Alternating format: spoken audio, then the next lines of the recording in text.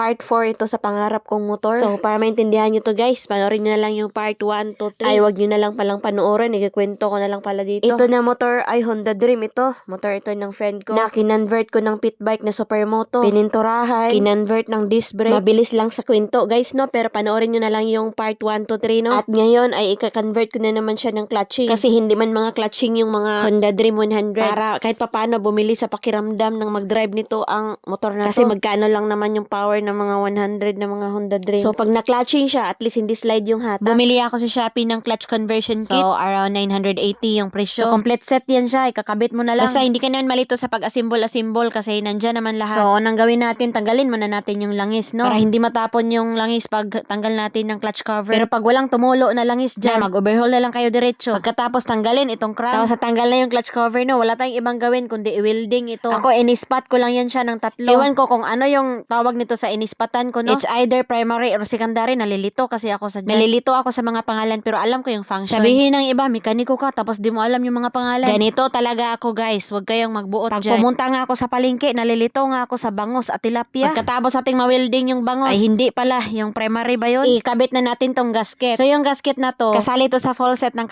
conversion kit na binili natin sa Shopee. Tapos ito, kunin natin to. Leche na, hindi ko alam kung anong pangalan nito. Ilagay natin tong o-ring. Huwag talaga kalimutan tong o-ring kasi magtatagas yan. Pag walang o-ring, magtatagas yung langis dyan. So sa paglagay ng o-ring, hindi ka malilito kasi meron talaga siyang uka. Ano ba yung uka? Kapitan man yan sa amin. Basta yung may ganyan ba palatandaan. Excuse me lang sa aking mga kuko, no? Kasi dito kasi ako nag-invest ng lupa. Pagkatapos itong may parang stick bearing, ilagay natin dyan sa butas. Tapos kumuha tayo ng panula. Mali itong ginawa ko guys. Dapat may yan dyan, basahan para hindi magasgasan yung ating conversion kit. Pag pukpok natin doon, ayan, napasok na siya. Pwede rin niyang initin, no? Para hindi, walang pukpok na mangyayari. Basta sa kahit anong paraan, basta mapasok yan siya. Basta ako pag gumagawa ako guys, gusto ko sa malilinis na paraan at quality na trabaho. Lalo na pag di akin yung motor. Pero pag akin, minsan, bahala ka dyan. Basta natakbo tayo. Pagkatapos itusok na natin to. Tapos kunin yung isang stick bearing, tapos dyan naman siya ilagay. Tapos pinukpok ko na naman ng martilyo. Dapat matulak siya ng sagad doon sa may ilalim. Ilagay ang oil seal. Itulak din natin masyado itong oil seal. Tapos ilagay na yung parang ano ba yun?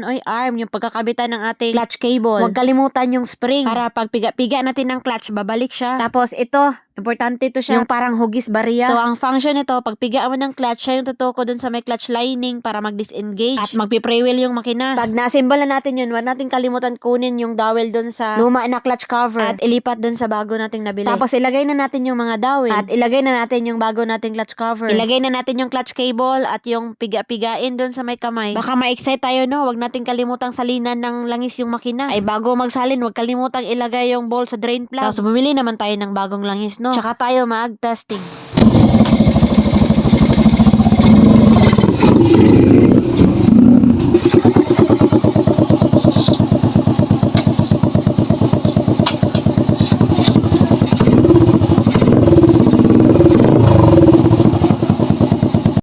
I take one step away, then I find myself coming back to you.